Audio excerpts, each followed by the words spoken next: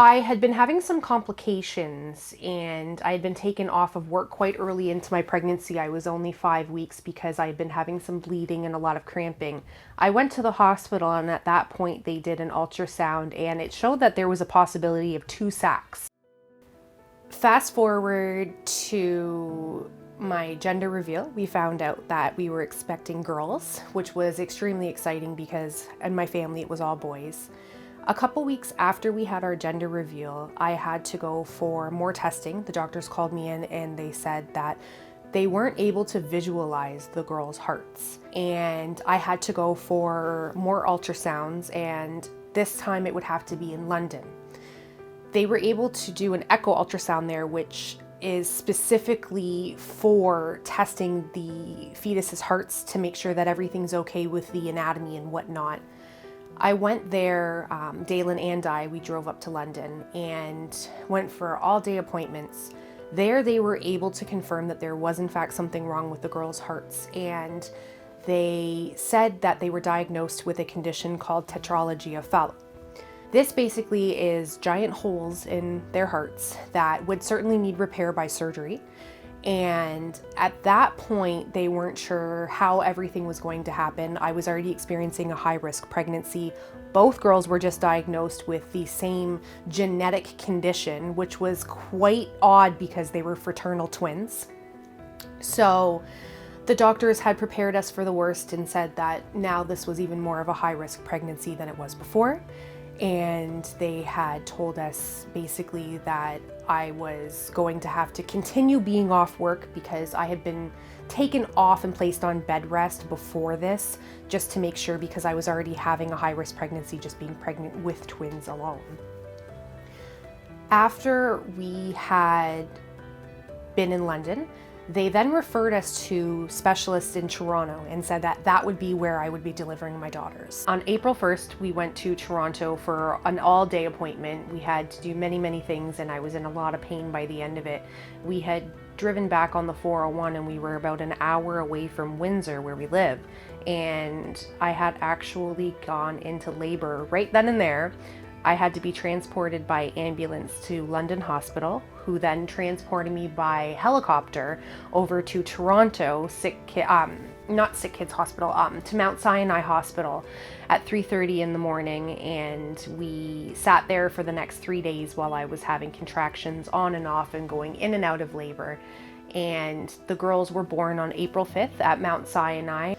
So that was quite the story and experience, having to deal with that, not only knowing that they had heart conditions, but having to deal with very premature babies at the same time. So that was a lot for us.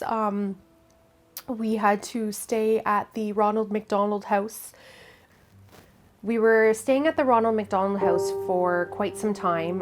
Dalen and I had been going back and forth every single day to SickKids Hospital where Ella was and to St. Michael's Hospital where Sophia was. We all ended up in separate places. The thing was, when I had the girls, I was taken to Mount Sinai and I ended up extremely sick. I had a uterine infection, I had a blood clot in my ovary, I had congestive heart failure, and Dalen and I had also contracted COVID right after having the girls. So that was quite the experience staying at the hospital. Both girls were taken away from us and on an isolation basis. Ella was kept at SickKids Hospital. I was at Mount Sinai, as well as Sophia. She was in the NICU. But unfortunately, she had to be transferred over to St. Michael's Hospital because she no longer needed their level of a NICU. So all 3 of us girls were at 3 different hospitals. I wasn't allowed to see either of my babies for 10 days, and that was extremely difficult. We had even been discharged from the hospital and weren't able to see them, which was even more difficult. But after that period of time, everything kind of seemed to speed up and the girls were able to get better. And Ella, when she was born, she seemed to need way more respiratory help, way more support than Sophia did. So it took her a lot longer to come around. Sophia had even been discharged from St. Michael's NICU after only 7 weeks of being in the hospital. And she stayed at the Ronald McDonald House with us. And she unfortunately ended up back in the hospital about 2 weeks later and admitted to SickKids herself. That was a whole story on its own. We actually almost lost Sophia at that point because she had gone in for a routine cardiology appointment, and they determined that her oxygen was very low. They had done an echo ultrasound to see what was going on, and they came out and said, "You need to take her to the emergency room right now." So we did, and she was admitted, needed to go for surgery the very next morning to have a stent placed into her chest to open up the blood flow between her heart and her lung. And all had went well with that. Everything was great. She was expected to be out of the hospital in a couple of days. The very next day I called the ICU to see how she was doing, and they had said that there was an emergency going on, but couldn't really say much as to what was going on. So about 30 minutes later, the doctors called me and said the emergency was Sophia. Her heart had almost completely stopped. Her heart rate dropped down dangerously low, and they actually had to initiate CPR, which was very hard for us to hear over the phone. And she ended up sedated for about 2 weeks after that, and we didn't know if she was going to make it. The doctors were preparing us for the worst. They were telling us that she could pull out of this, she could not, there could be end organ damage. They didn't know what was going to happen. The thing that hit her the most was having to be sedated so much for so long, and she ended up with a tolerance to narcotics. And the hospital had a heck of a time trying to get her off of them, and they had to incorporate another medication called clonidine to help her with the withdrawals. She was severely withdrawing, almost like an adult. It was terrible to watch. You would see your infant turn into almost a toddler immediately. She was scratching her face, she was thrashing around, she was screaming at all hours of the night. You could tell she was just in pain and shaking, and that was extremely difficult for us to watch and to see. And we had to kind of continue weaning her off of her medication for the next 14 weeks before she was finally off and she went for her surgery. So it was hard. The girls and I and Dalen stayed in Toronto until July 23rd, where we were finally discharged. That was probably the best day of our lives when we got to come back home to Windsor. So we had many follow-up appointments throughout the 3 months that we were at home. And during this time was when they were preparing for the girls' final heart surgery to correct the tetralogy of Fallot, which is what they were originally diagnosed with. It's a hole in the heart that needs to be repaired, and it causes other issues, including problems with blood flow to their lungs and other parts of their body. So we had this surgery scheduled for November 29th for Ella and December 6th for Sophia. So that was very hard, knowing that we had finally been home for a couple of months, finally gotten into a routine, and finally had our family somewhat back together, and then we had to go and do this all over again. I had talked to all of the doctors about their upcoming surgery, and they said that we should only have to be there for about, at first, 3 to 5 days, then possibly 10 days, which to me seemed a little bit more understandable considering it was going to be major surgery. They had to do open heart surgery on both girls and fix other little things that were going on.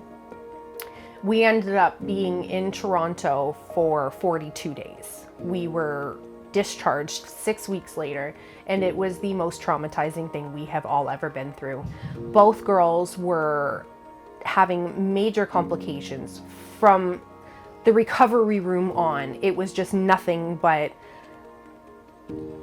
problem after problem after problem, and it really caused a damper on our family and the girls' recovery on its own. Ella, they went to try to take her breathing tube out, and she had a spasm and she stopped breathing, so they had to initiate CPR on her while I was in the room. So that was a whole other thing. She ended up in the ICU for about 4 more weeks after that, and finally pulled through after everything, and she was just a trooper through it all. Being back at that hospital alone was traumatizing for us all, but especially being there for 6 weeks. It was very hard on all of us, and The Ronald McDonald House was incredible. That's where we stayed. We had also stayed there before too when we were there with the girls and when they were born. But they were absolutely amazing, and SickKids Hospital did everything for us possible to try and make everything as comfortable as it could be, I guess you could say. So it was quite the journey, and now the girls should only have to have a bunch of follow-up appointments from here on out, and hopefully we won't have to have any more major surgeries like this.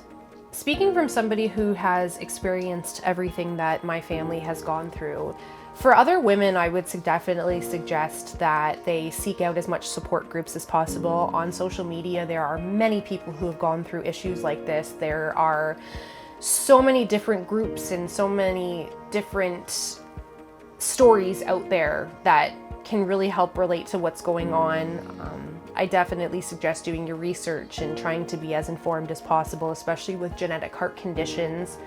If you're able to get any genetic testing done while you're trying to conceive or while you're pregnant, make sure you go through with all of the ultrasounds and all of the testing that is required, because it definitely does make it a lot easier knowing ahead of time what's going on. And I think that that's what was able to allow us to at least be more positive about everything, was the fact that we found out at my ultrasounds that something was wrong, instead of having to have the babies and then find out that something was wrong with them. So we were able to cope a little bit differently, but I definitely suggest people not try to do any of this by themselves, because it's very difficult.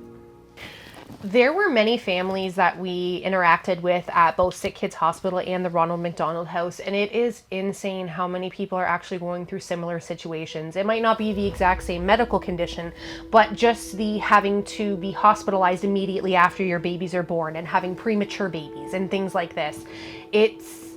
It's definitely quite common, and you don't realize it until you're living it. So there were many families and many instances where we were able to connect with people and kind of share stories and experiences, and that was very helpful to have somebody to talk to.